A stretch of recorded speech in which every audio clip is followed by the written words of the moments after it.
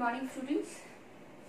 In previous lecture, in previous part 4, we started the topic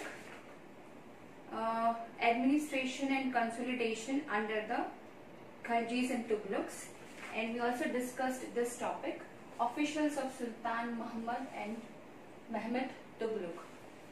So now we are going to start with the page number 39 and paragraph 2, where we left last time. As the Delhi Sultans brought the hinterland of the cities under their control, they forced the landed chieftains, the samantas, aristocrats and rich landlords to accept their authority. क्या होता है, दिल्ली के जो सुल्तान थे वो क्या लाए, control लाए, किसके ऊपर, हिंटरलैंड, हिंटरलैंड यानी कि रिमोट एरिया जो होता है टाउन का, उसके ऊपर उनका कंट्रोल लाए.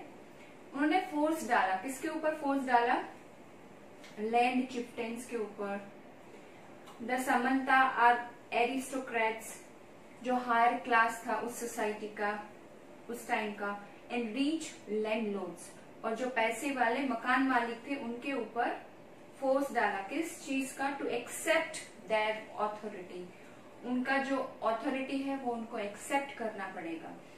Under Alauddin Khalji the state brought the assessment, state ने क्या लाया, एक असेसमेंट नया लाया, and the collection of land revenue under its own control. Land revenue जो था वो उनके अपने कंट्रोल में लाए, और असेसमेंट, ये दो चीज नहीं की उन्होंने. The rights of the local chieftains to levy taxes were cancelled. अब जो राइट्स थे, किसके rights, of local chieftains to levy taxes. Levy का मतलब होता है इम्पोज, जो जबरदस्ती टैक्स लिया जाता था वो सारी चीजें हटा दी गई.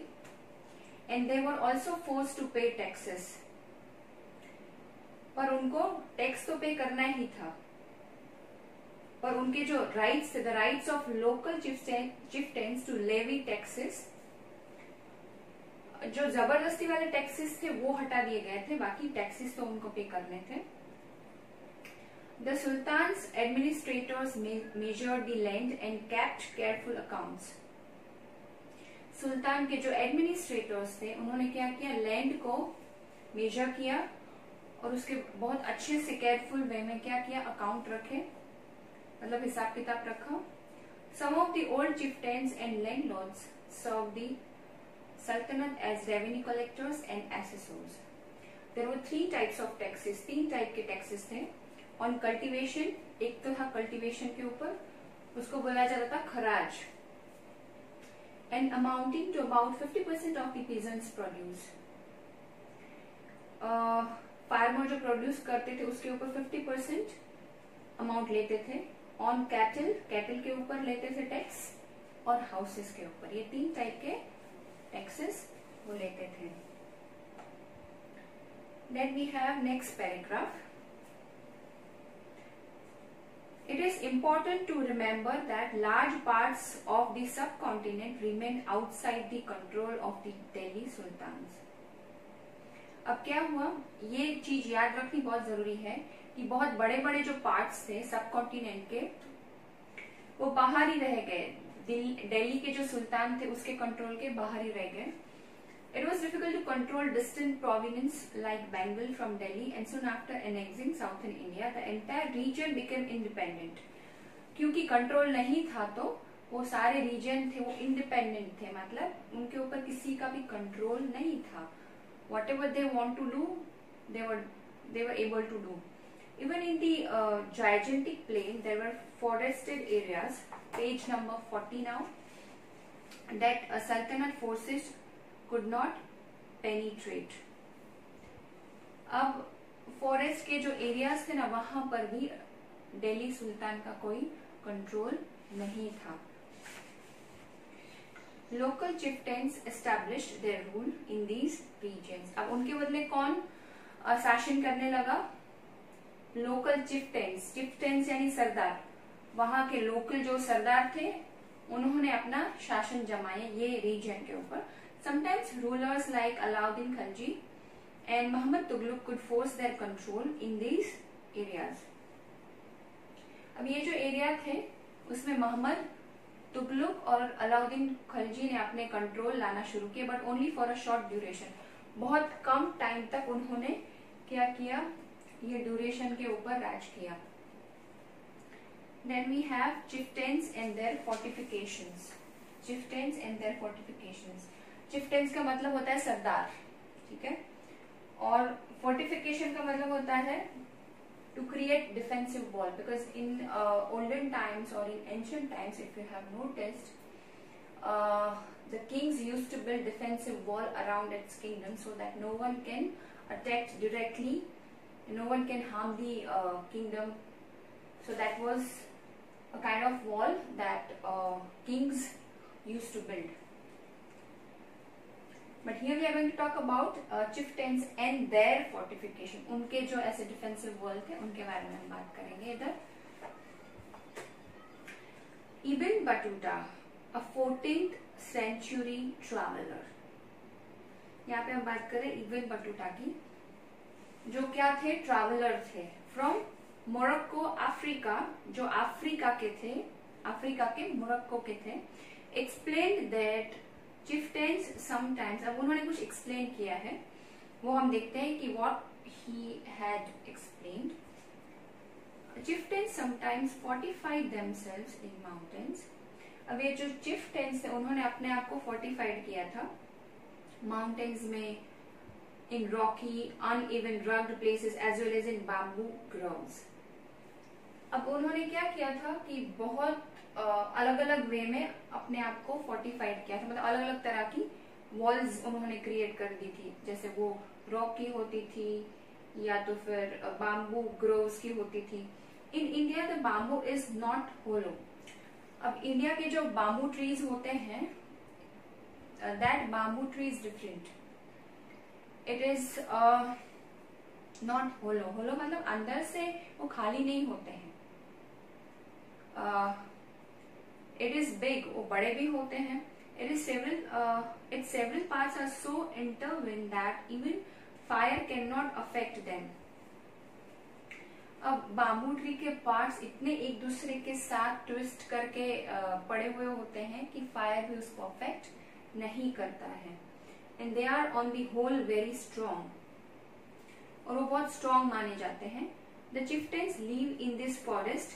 Chieftain जो सरदार थे वो ऐसे फॉरेस्ट में रहते थे जिसमें बाम्बू ट्रीज थे, which serve them as ramparts, inside which are their cattle and their crops. जिसके अंदर उनके कैटल्स रहते थे, उनके जो पैट एनिमल्स थे वो रहते थे, और उनके क्रॉप्स भी रहते थे. So they all were safe. Because around it there were the boundary of that bamboo tree.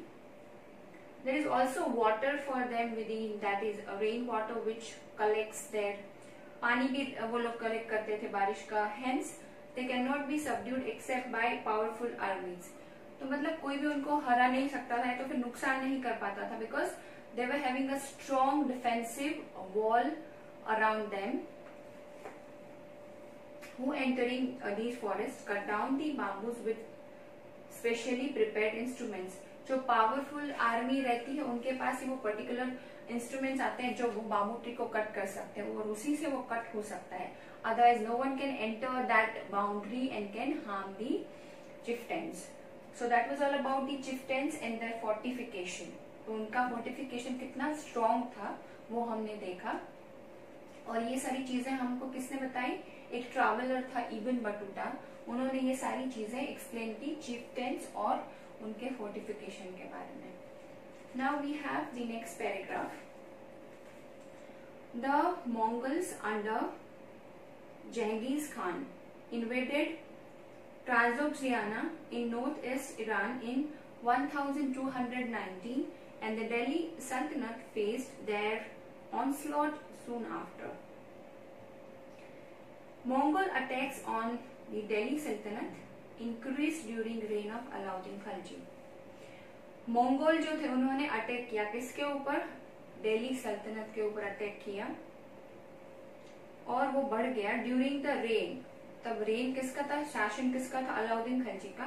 And in the early years of Muhammad Tughluq's rule, तो कहीं ना कहीं अलाउद्दीन खिलजी और मोहम्मद तुगलक का जो शासन था वो कहीं ना कहीं नजदीक एक दूसरे के क्लोज था कि